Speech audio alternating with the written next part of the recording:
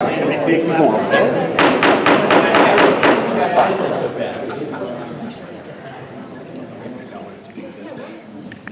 thank you. We will call the meeting back to order. And this evening, we have a presentation from our mayor. Mr. Mayor, it's nice to have you with us this evening. Thank you, Madam President, and members of the City Council. It's a privilege to be here before you tonight to present 2017 update on our rolling capital plan. As you all know, we last year presented before the Council. Some of those items were acted on, some were not. We're bringing in a fresh update on that, inclusive of just about every category we finish off in infrastructure. So first start with talking a little bit about our public assets. We have, as a city of 93,000 people, we've got 53 public buildings, 52 parks, 190 miles of road, 230 miles of sidewalks, miles of sewer lines, 11.5 miles of seawalls, 52 tide gates, 15 pump stations. I think you understand we have a lot that we oversee as a city, and I say that we because it's part of our job. We're custodians of these public assets. So with that, we've got some challenges in a number of areas that we'd like to talk to you about tonight. We're kind of breaking this down in two ways for tonight's presentation purposes. I'm going to do the first of the park improvement plan, and then I'll do the general capital plan regarding buildings and other infrastructure. And the hotel tax, which was enacted by this body a number of years ago. I think Councilor Finn may have been on the body at the time. I'm not sure if anybody else was at that time. Councilor Romani was actually the author of it. That is a room tax that visitors, when they come to our city, pay and that goes into a fund, especially for 85% park improvements, 15% towards tourism. Many years ago, this council supported a major bond issue which was spent on park improvements, and that was paid for with the revenue of the room tax. That bond is getting close to being paid off. We have great capacity now in the room tax revenue, so it's time again to look at our park citywide and do some major renovations and upgrades. So tonight we'll talk a little bit about that. The important to emphasize to the public, because I know each of us deal with questions from the public every day. This is the room tax. Hotels pay a property tax that goes to the general fund. Visitors pay a room tax specifically because of the special account that has to be spent for these items. So this portion of the presentation, the $27 million we're talking about in bonding, will be paid for out of the room tax. It does not go against our debt because it's a direct revenue. So it's the first master plan since 2003. And we've got a number of projects, the first of which is the Hancock Adams Green. The Hancock Adams Green, as we all know, has been underway for a few years. The first piece of the Hancock Adams Green was the roadway change, the redirection of Hancock Street out here in front of the church and City Hall, which creates the setting, the space for this beautiful park. And as you know, we've received about $15 million in state and federal grants to get us where we are. So we're looking at phase 2, which is a $15.7 million request to do the next phase, which is the promenade phase.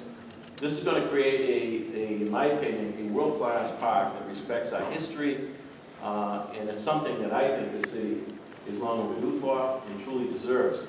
When you really think about the building we're in, the history of this building, not so much the brick and mortar or the granite portion of it, the people that came through this building made decisions for future generations.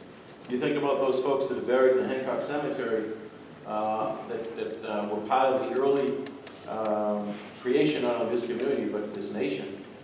Across the street is the Church of the Presidents, beautiful 1828 Alexander Paris architect building. Obviously, 2 presidents and their wives buried in the crypts in that church. And for years, that Church of the Presidents was a traffic road. Walter Hanley was made back in the 70s. Some of you maybe weren't born quite yet. Doing a little timer up here, although I feel going over to Councilor Finn.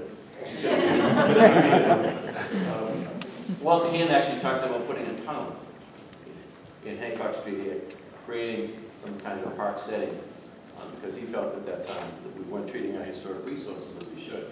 So this is not a brand new idea. it's a different execution of that idea.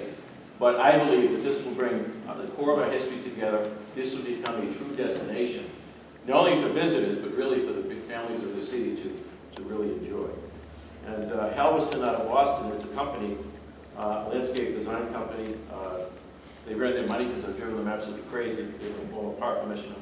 And Rich Houghton, who's a Quincy resident, has been on that team from Halverson. So if you look at some of the slides here, that's an overview. You go to the next one, Mark. Bird's eye view, you see the church is on the top of that slide, and it shows you the promenade. Essentially, roughly where Hancock Street was, will be paved promenade lined with trees, statues on each end, and there'll be water features in the park. Go to the next one, Mark. Public bathhouse. So if you're looking north, that's what you're going to see. That's the end where John Hancock statue will be. You can see to the left the contemplative water element. You can see folks obviously enjoying it, but more importantly, you see the size of the trees as well. This is an expensive park because we are putting in quality product in the floor of plant material. You may remember a few years ago, the city held a national call for artists to construct the statues. We had 70 respond across the country, and 2 foreign countries responded as well. That artist was chosen, he's finished his work, the statues are done. They were built in a studio in Italy. They are now in a storage facility not far from here, waiting for their placement on the screen. So this slide is looking south. You can see the church to the left. This will be coming really from the T heading into the square. Next slide shows the other major water element feature. You will hear this water from no matter which part of the park you enter. I'm sure you're going to hear this. This is significant, and the design so very impactful, and really adds to the quality of what a world-class park should look like.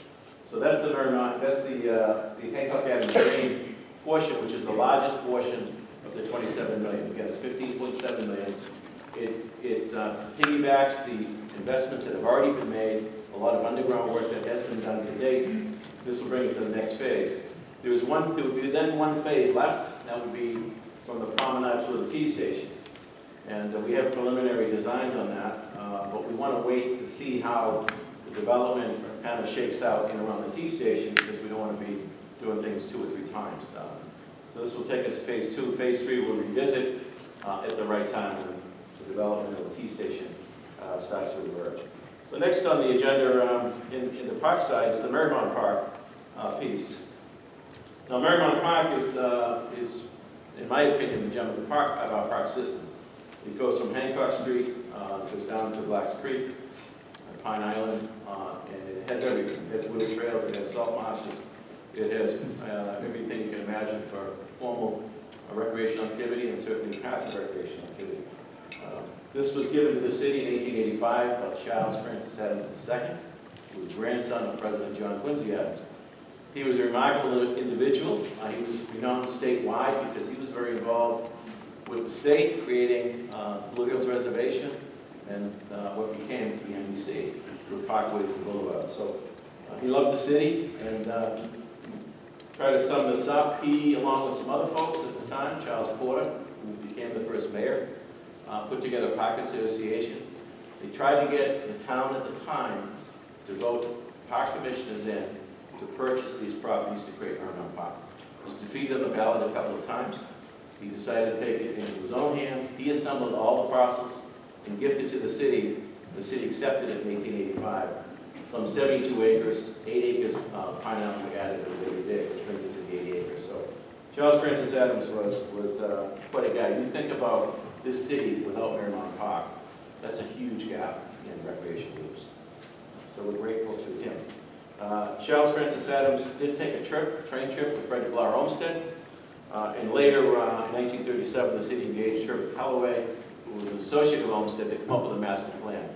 We'll just go through these slides, Mark. That was the Walter Smith shell up on Pageant that was torn down back in the early 50s, I believe. You can see the Wollaston Beach before the boulevard was truly completed. Some great old slides here that we've got there.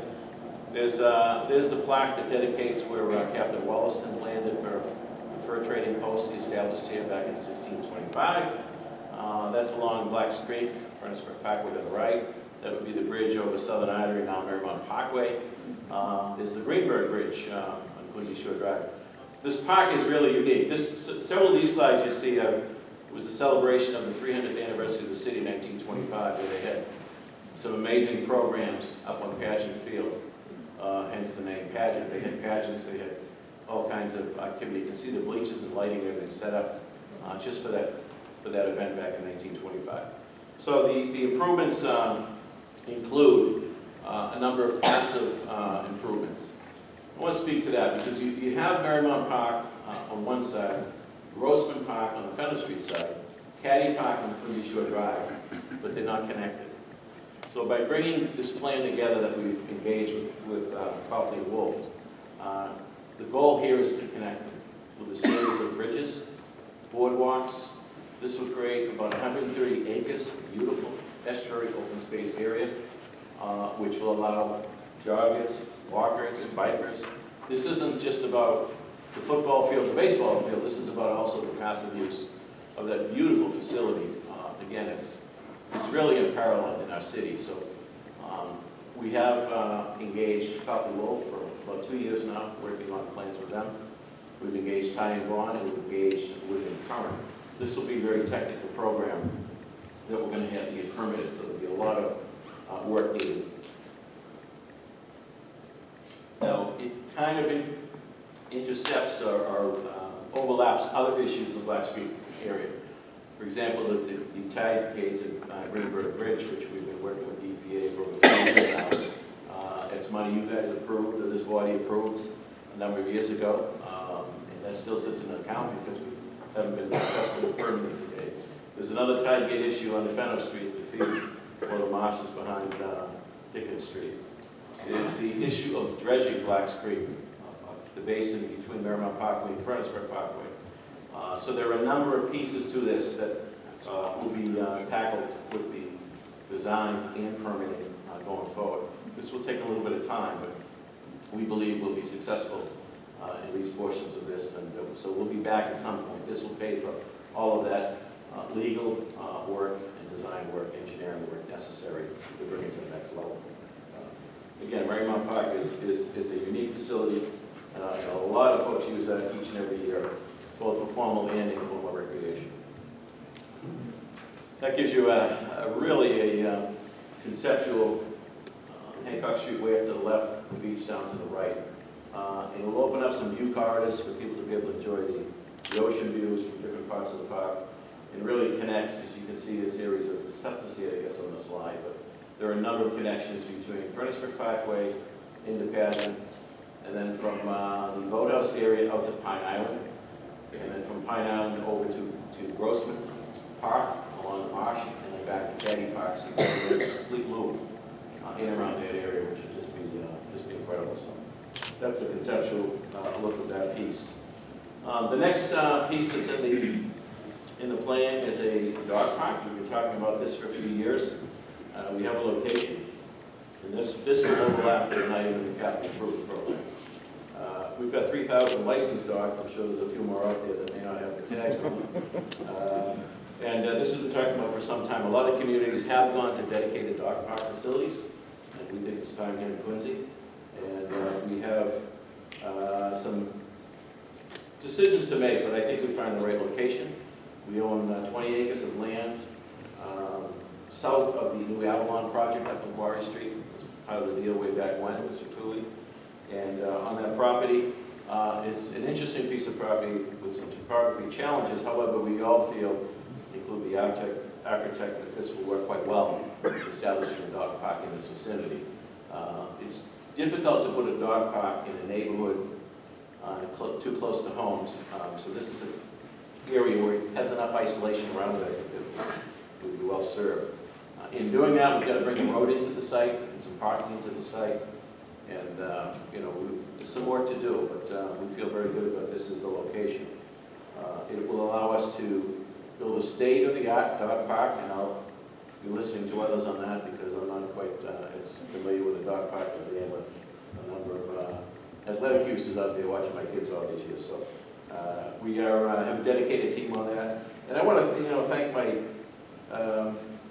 colleagues on this. I know Councilor Forrest was very involved in this piece, but also we have an incredibly dedicated group of volunteers to serve our shelter down on Broad Street.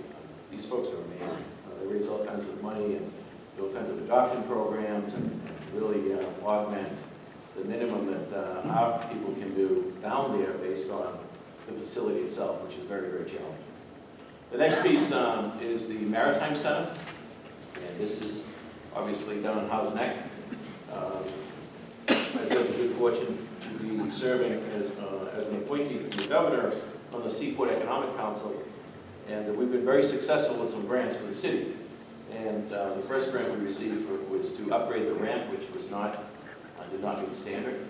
That was just under $700,000, and that is in progress. Then we received another grant this past year of around $250,000, I believe, which would then help us design a new facility. In addition, the community preservation has kicked in some money as matches to those. So we're in a pretty good place in that we've got a good partnership with the state on this program. The request in here would be to acquire 3 homes and a parking lot on C Street abutting the site. And that would, we believe, provide the necessary real estate land to provide the necessary space for boats and trailers and use of the facility. We're a city of 27 miles of shoreline, and we've limited boat ramp access for our residents. And this will help go a long way in solving that. We do expect to go back to the Seaport Economic Council when we have the design finished to look for actual monies to then construct the facility.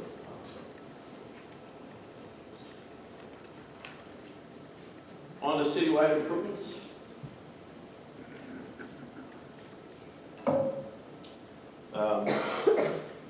We have a master plan for Faxon Park, and there's a little history of Faxon Park. The same meeting in 1885, Henry Hardwick Faxon donated the first piece of land that's come to known as Faxon Park, and he had 2 restrictions in the deed. One, that it would be forever known as Faxon Park. 2 is there'd be no alcohol consumed in that park. I can't speak to the second one, but the first one. Another amazing, prominent businessman that loved this community and wanted to leave something for future generations. In addition, we're looking at the reconstruction of Kincaid Park over on Water Street. Amy Kincaid. Kincaid was another major prominent business person in Quincy. And that we're looking at how that can best serve the new middle school as well as the next school. So we're looking at some changes in that, and that's going to be a significant project, and there'll be a complete renovation of that facility. Permitting for the Mount Street Beach area and the boathouse. We talked a little bit about it. I remember Councilor Crow with me down with Jay Cashman at the shipyard a couple of years ago to announce Jay Cashman's commitment to build and pay for a new boating facility for rowing, which would also serve for kayaking and canoeing as well. Mr. Cashman is still committed to that. There's some challenges in the permit because this is a designated port area, even though this has been a recreational use for 150 years. So we're working through that process. And the money in here is for the permitting and design work, and Mr. Cashman is going to pay for the actual structure and the piers associated with it. Lights at Quarry Hills, the Little League facility up there. Quincy Youth Baseball has raised some money and got some in-kind donations to put some lights on a couple of those fields up there, and this will kind of match that grant and get that finished up for the playing season hopefully this year. The completion of the Ray Dunn baseball field and the Florida Clubhouse field improvements, and I know again the council's been working on that. Replacement of turf at Veterans Stadium. The last big bomb we did the new turf facility at Veterans Stadium. It was guessed that it lasts around 10 years. Well, it's around 10 years. The beauty is we don't have to rebuild the whole stadium, we just take up the carpet and put a new carpet. It has served the city very, very well. There'll be other improvements all across the city, just about every park. The last time we did improvements, we looked at tennis courts, basketball courts, street hockey courts, reconstructed a number of them. And others we repainted. Well, those are the ones that were minimally done and now need to be completely renovated. So in the cycle of park work, this is going to go a long way in bringing our facilities again. Actually, keeping them to the bar that we've set. I think we hear from people people visiting our city all the time on the sidelines, what great facilities we have. So this will continue to keep that reputation. Community preservation, last few years, they've been committing about $500,000 a year to the parks, various programs. And the issue that comes up frequently before them is the tot lot reconstruction. We did about 24 tot lots about 20 years ago. Those now, time is up for those to be replaced. What I'm going to be asking of the Community Preservation Committee is to do a similar program to this, and that we bond the total amount, which should be between $5 and $6 million, and then we take that $500,000 that's already committed each year to park use, put that revenue towards that bond. What that allows us to do now is, rather than the various groups that come before the CIP, before this body, before our office, competing for those dollars, we now can upgrade all of them at the same time in a very good way. We're including in that, in the wear zones, under the swings and all, we have the wood chips, we put the rubberized material in, which would help easier maintenance long-term and safer for the kids using it. So that has not come to a final decision. It's a recommendation at this point. I spoke to the chairman of the Community Preservation Committee, and we'll talk to the group directly on that as we go forward. So we go over to the now the capital plan, which deals with a lot of issues. As I said in the first slide, we have an awful lot of public buildings across the city. And you think about that, about 20 school buildings, we've got 8 firehouses, the police complex, DPW complex, which is several buildings, park and rec complexes, several buildings, libraries. We have a lot of city buildings. And again, we are the custodians of those assets. You can't continue to let those go over time, as we know with our homes, what happens when you do that. So I view that as a major responsibility that we do have. And how do we leave those assets to the next body here, to the future generation? I think you pay now, you pay later. And this is a case of us dealing with those needs we have in each and every one of these buildings. What makes this job a little bit easier is we have a very professional public buildings department, which has not been around that many years. As you may recall, a few years ago, we combined the maintenance with the city side, school side, and we've been able to build a department with incredible craftsmen, you name it, electricians, plumbers, painters, carpenters. They do an incredible job keeping up these capital assets. However, there are many things that need more than just the regular maintenance. So we're looking at a number of programs in our buildings, technology, infrastructure, and equipment. Public building side, like, central maintenance has been huge. And I remember part of my argument with the school committee at the time was anytime you have maintenance in the same budget against classroom expenses, you're never going to be able to build that maintenance because you're competing with the same dollars. By creating a separate department now, we're able to grow that department through your cooperation, your help and support to a place where we've got in-house talent now that can do so much, not only on the actual work, but we've got some incredible folks that have great background that help us plan for going forward. So, as I mentioned, firehouses, libraries. We're looking at $9 million in public building improvements. See some of these slides. There's some work to be done on here, there's no question about it.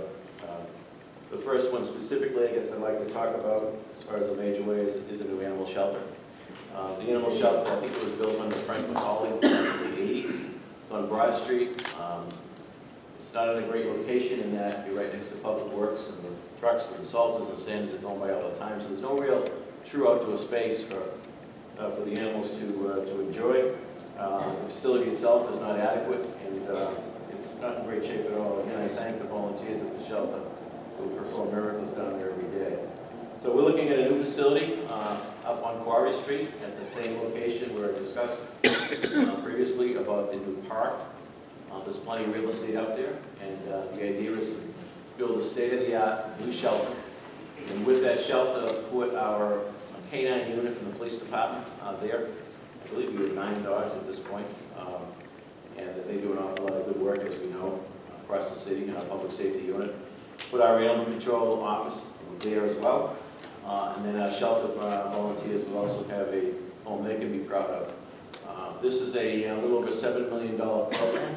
However, that doesn't mean it'll cost us $7 million. We'll be seeking outside grants from other foundations and other resources, and I expect that number to come down. But much like when we go on school building authority, we look for the total dollar amount what the cost would be, and then we don't have to go to that level. So that's the plan for the animal shelter. Again, I think it's a great location, centrally located. Public safety headquarters. I know I floated this discussion a couple of years ago. Anyone that's been in the police station knows that there's some real challenges with that building. I know hindsight is it's easy to look back and say we could have, should have. There's a case of the new building probably should have been built down. It has been problematic from day one with leaks, with HVAC issues,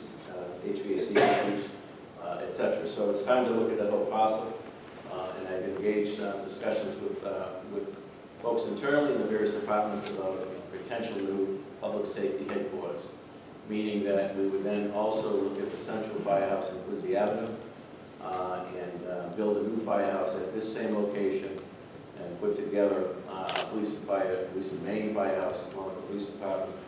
And I think there's some great efficiencies there with the 911 system. It's a great location as far as getting out of that site, getting around the city. In addition, we'll be looking at perhaps going another story or two and taking care of some other needs we have. For example, our veteran services is in an old bungalow on High School Avenue. It's kind of separated, isolated from the general public, and makes it a little more challenging.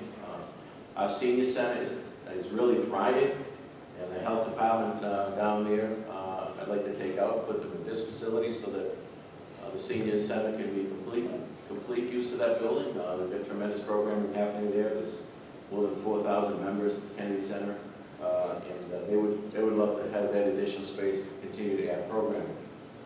So I think that works very well. If you've been in 55 C Street, the Inspection Services Department is not in great space and on top of each other, and I would look to put the Inspection Services building and down the road, perhaps the Public Buildings Department as well.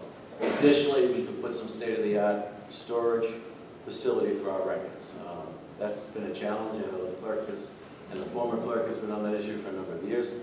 We have some storage, we pay rent, some storage facilities today, which doesn't make sense, so I think we should pursue that as well. So this is early. This is a request to do some early design and engineering, and then bring it back to this body after some work is done so that this body can make some decisions based on some of the homework and due diligence that will happen with this piece. As part of the program, we are asking for the purchase of the Bryan Post on Broad Street. The idea would be right now with the Bryan Post, with our public buildings tradesmen, we have to get them out of the old Sterling basement, where they've been for a number of years after the new high school was built. They used to be the Ovotech. So the carpenter shops, plumbing shops, and all those areas we need to find a home for. We think that on an interim basis they could slide into the Bryan Post. I was actually married there a long time.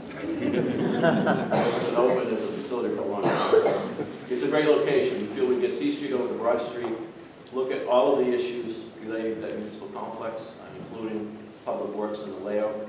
At some point, Mr. Quirk, Dan Quirk, has been very generous with our fire department. For those of you that don't know, he allows us to use a major facility down there for the mechanics and storage. As the value of the yard goes up and we see development down the road, I'm sure that we're not going to be able to stay there forever. So we'll be looking at that issue as well, whether we can work that into this master plan of this municipal complex. So, next, I'd like to touch on the schools. As you know, we've made great progress on the schools to date. And I know that this body has been an integral part of that. We voted for the Quincy High program, we voted for the Central Middle School program this past fall, we voted for the authorization to move forward for the old Sterling Middle School in Southwest Quincy, which is going to be replaced. And we've been very successful. I thank our legislators for funding this program. I thank President Goldberg, Jack McCarthy, the SBA for the work and the partnership they've had in getting these things done. So, but we can't rest on our laurels. And we've got a number of municipal buildings, and I purposely asked a number of folks, school committees, school administrators, what do you think the next worst plant is as far as schools go? And it was unanimous that the Squantum School has a lot of issues and a lot of challenges. And it was added on a couple of occasions. It's not really quality, those additions. So it's time, and I know we're going to be renewing that interest as far as getting back in the queue with the school building authority. We've been in the queue for a couple of years now, but I think until Sterling gets going, they'll probably not grant us another grant until that thing gets rolling. So we're looking at that. And I'm sure we'll be working with the council from West 6 on that plan. Council. And then new West Quincy Elementary School site. And I talked about this a little bit publicly not long ago. As folks know, the St. Mary's School closed a number of years back. The convent was sold off and condominiums have been built there. That leaves the school, which has been on the market to lease or sell. We've been negotiating with the Archdiocese of Boston and the Quincy Catholic Collaborative. And I feel strongly we should acquire this property and then begin the planning for a new school on that site. It's not often that real estate is available for this type of use when you're in a built-out urban area. This was a school site, so the neighborhood was used to a school, although I'm sure council, some of the neighbors won't remember it when we move forward in community meetings. But having said that, put the kids from West Quincy, to the other side of the expressway, go out to Montclair School or Montclair Elementary School. We were a city of neighborhood schools, and when Prop 2.5 came through, a lot of closes had to be made. Again, I'm not second guessing.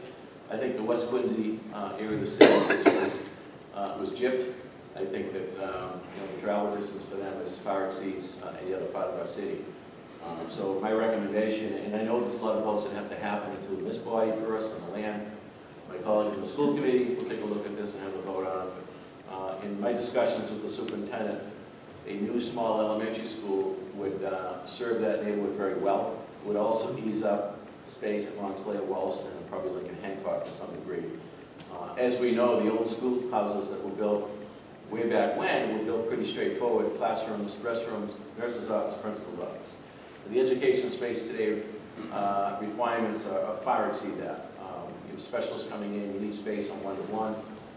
So this would go a long way, not only in solving it for West Quincy, but really freeing up space in some of those other school buildings so they can better educate our kids.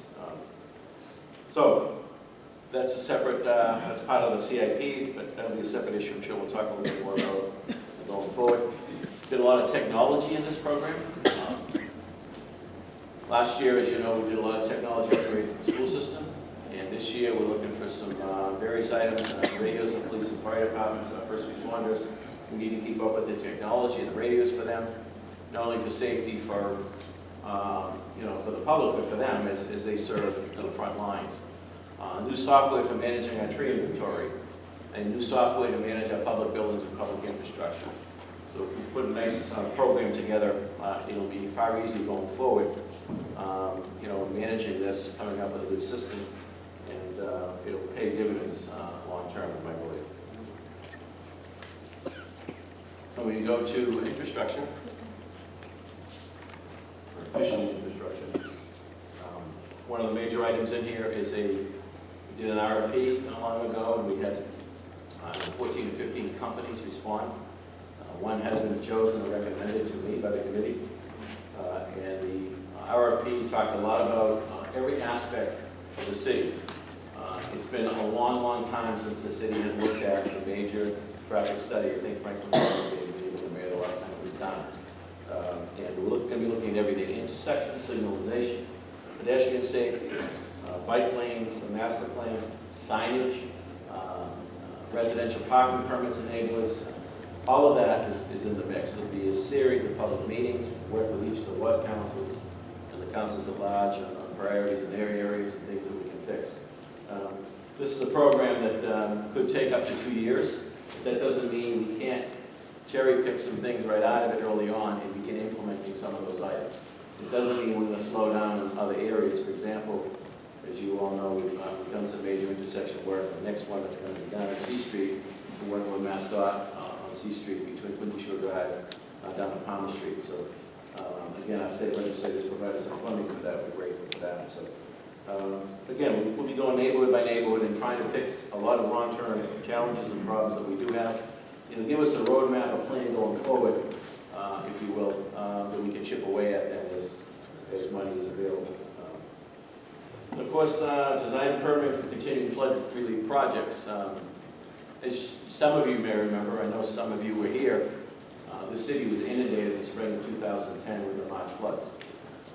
It was very, very challenging for a lot of folks. We had neighborhoods, that went underwater. We were taking people out of their homes and boats.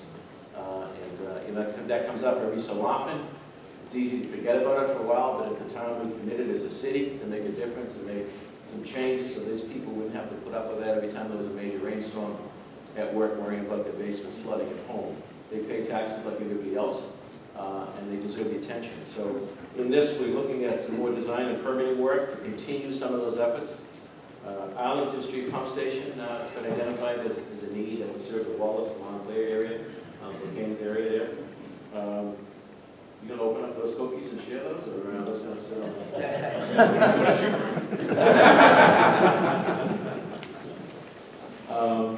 Thank you, Council. Furnace Brook, we continue to make improvements along Furnace Brook, West Quincy, right down to Blacks Creek. A reminder that Blacks Creek is an area that's not only beautiful as an estuary, but it serves as a function as flood control. So when those gates drop at low tide, that allows the basin to fill up. This is upstream Furnace Brook. We've had some success. Council knows certainly Congressman Lynch is very helpful with getting a $5 million grant for pump station at Mill and Cross Streets. This is in that same area. We've got to make some decisions on Aldrich Road. We weren't successful on a new pump station through FEMA for that. So we're going to support community meetings and decide how to go forward. Whether we do that or we try to purchase some homes and create a meadow where it could overflow. So we'll continue to work that with our engineers. Seawalls, you voted recently on the match to the state grant that we're receiving to come up with a plan to upgrade the seawalls along, essentially on the back of the houses along C Street, Merrimack Ave, Shore, and Pilot House Bank. Water infrastructure and sewer infrastructure comes out of a little bit different category because we have a water and sewer enterprise fund. Therefore, the monies for that are generated through those funds. And as you know, we have programs, matching programs that we take advantage of with the WRA. Low interest loans, in some cases, no interest loans. We'll continue to take advantage of and continue to do water pipe replacements and sewer issues going forward. Roads, you appropriated last year some money that you're going to be seeing happening this year. You saw Bergen Parkway, a section get done, some of that money. The section of Southern Artery between Quincy Avenue and down around 1000 Southern Artery. Those were both in very, very poor condition. And there's about another dozen streets. I know we've been working with some of the councils here. Those are out to bid as we speak, and this summer we'll see construction on those. It appears the state's going to come up with about $200 million in Chapter 90 money, which I think is about $1.5 million for us in the upcoming fiscal year. So that'll be plugged in, augment the money that's in there from last year. This is an area with a lot more work to do. There's no question about it. You get calls, we get calls, we are in the city. We need some more attention to the roads, no question about it. And as I indicated before, I think the last couple of budgets, as we free up from that 2 year ago storm event we're still paying for, that will then create some capacity and room more roads. My goal is to have in the city budget or an item in the public works that should do roads over each and every year, much like we do sidewalks. So next year we'll be back probably more on the next phase and how we're going to tackle the road issue.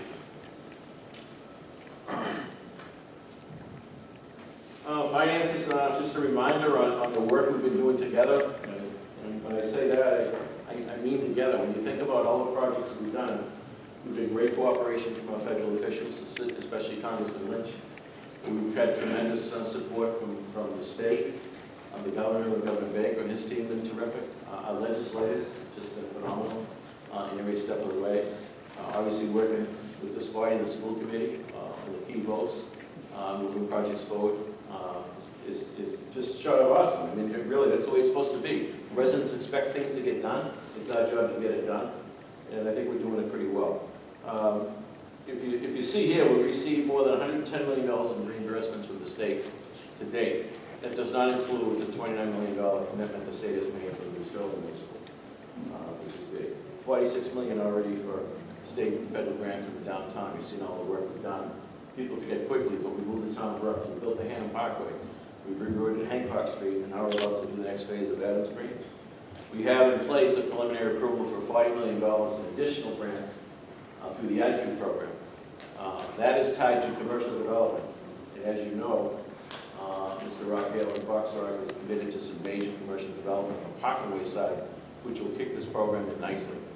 It's essentially the new taxes generated out of it replenish the fund as people draw off with the project. So that's going to be very helpful. And our store rehab fund has increased significantly since 2010, and that is again is paid for as developers come in and contribute to that fund, which then allows us to then do improvements to the city. And lastly on that, as we talked about the motel tax capacity increases, both because the bond is diminished and also rates go up every year. So as is a percentage of the room tax, it's not a number, therefore, as the room rates go up, so does the percentage the city retains. So we're in a healthy place with those. And the financing capacity, we're well within the policy limits for borrowing. We have the best bond rating the city has ever had. We still have historically low interest rates. Another reason to move forward in some of these projects.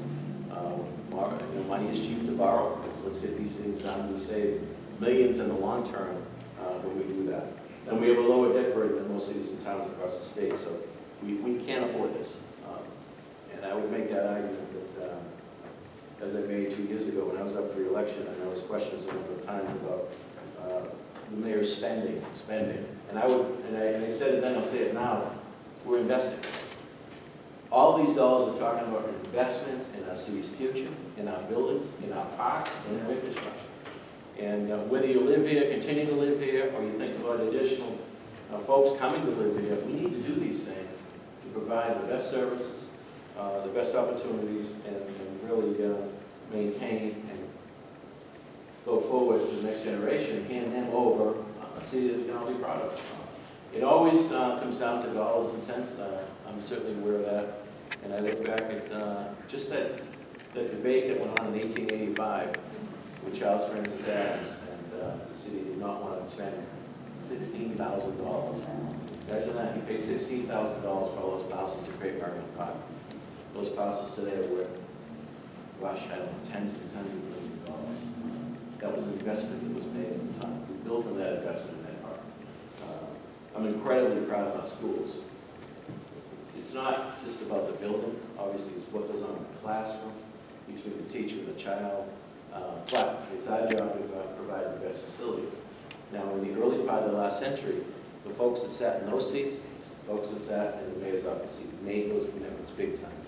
We built schools all across the city, granite, brick, solid buildings that we're still enjoying today, because they made the investment at the time in the city's future, and the kids' future. So we got to continue to do that as a city. Again, it happens in the classroom, but we need to provide the best, safest learning environments for these kids we possibly can. We owe it to our firemen. They're out there putting it on the line every day. Some of these firehouses were built for horse and buggy, and they're not where they should be. Structurally, there's challenges. We've had to shore up a lot of the floors because the apparatus is so much heavier today dealing with things. We owe our first responders to the police department to provide them the best possible facility. It's not only for them, but it's also for the public that comes in and gets served from that building. So I know that all of these items are going to go to committee. It's going to be some spirited discussion, I'm sure, some great dialogue. Our staff, department heads, manager will be available to answer all those questions, and I'll be available at any time as well to make some of those, answer some of those questions if need be. This is a significant appropriation. There's no question about it. $27 million in the parks paid for by the room tax. I don't know if I've said that enough to make sure that that's clear. That's not coming out of the property tax, that's the room tax. And then the general fund will pay for what we're talking about here tonight, if all approved. Now, we've talked last year, we'll talk again this year, and I know my finance team will get into it. We have plenty of capacity to do this, and I would again remind you the importance of getting some of this stuff done while we still have historically low interest rates. Can't emphasize that enough. That's millions of dollars in difference over time. You'd have to have wanting something for 23 years. Let's see, what else do we have? I guess that's about it. I do want to wrap up with a comment to say again, thank you. Thank you to this body. You see the list of things we've accomplished together. Thank you to the school committee for their commitment. Thank you to our legislative delegation for their commitment. We have a number of folks that serve on boards and commissions that they're part of all of this, that work hard without compensation. We thank them. My department heads, managers, employees, my staff. We're all in this together, and when we work together, look what we've really accomplished over the last few years. I know the list is there, but third school's on the way. There seems to be some controversy at the town about the track.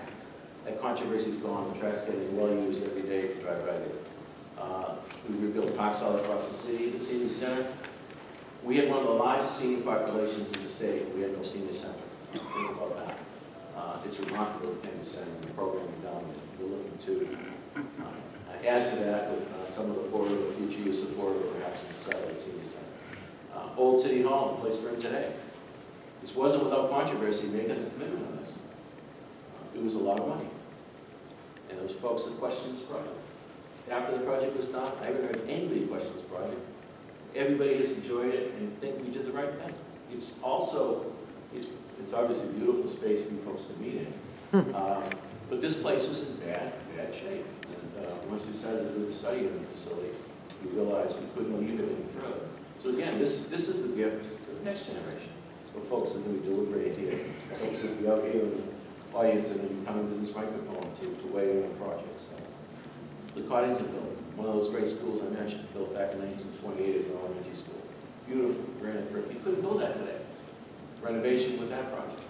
Obviously, the schools are in there, school administration, planning, IT departments. We were once paying rent for those departments. It's now all washed in the budget. But we saved a beautiful historic and architectural gem. New seawalls, flood relief, water mains, as I mentioned, rebuilt intersections, all kinds of infrastructure challenges. So when we work together, great things happen. I appreciate the time tonight. I'd be happy to take any questions if anybody has any, but I know this is coming for the first time. There are appropriation orders that follow this in sequence, and we look forward to debate, dialogue, and discussion as we move forward. Now, next time you appear before you, it'll be before the annual appropriation to fund our city budget. My hair is going to be a little shorter next time I come in, so don't laugh when I come in the chamber next time. But we are cognizant, as we're building that budget, we're working on that now, of all of this.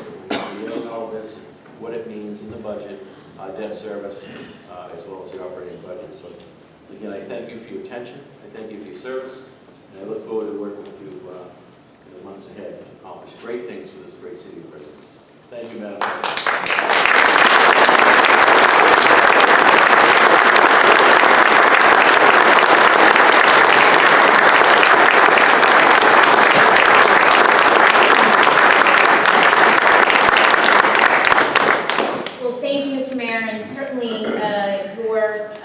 Presentation to us always is just such a grand vision for our city. As you said, there'll be a lot of debate back and forth about different things, but your love of this city is infectious through your commitment to it as you speak, and your love and commitment and vision for the city is strong. So despite whatever goes on in the well here, that is clear, and we thank you so for that. So thank you very much.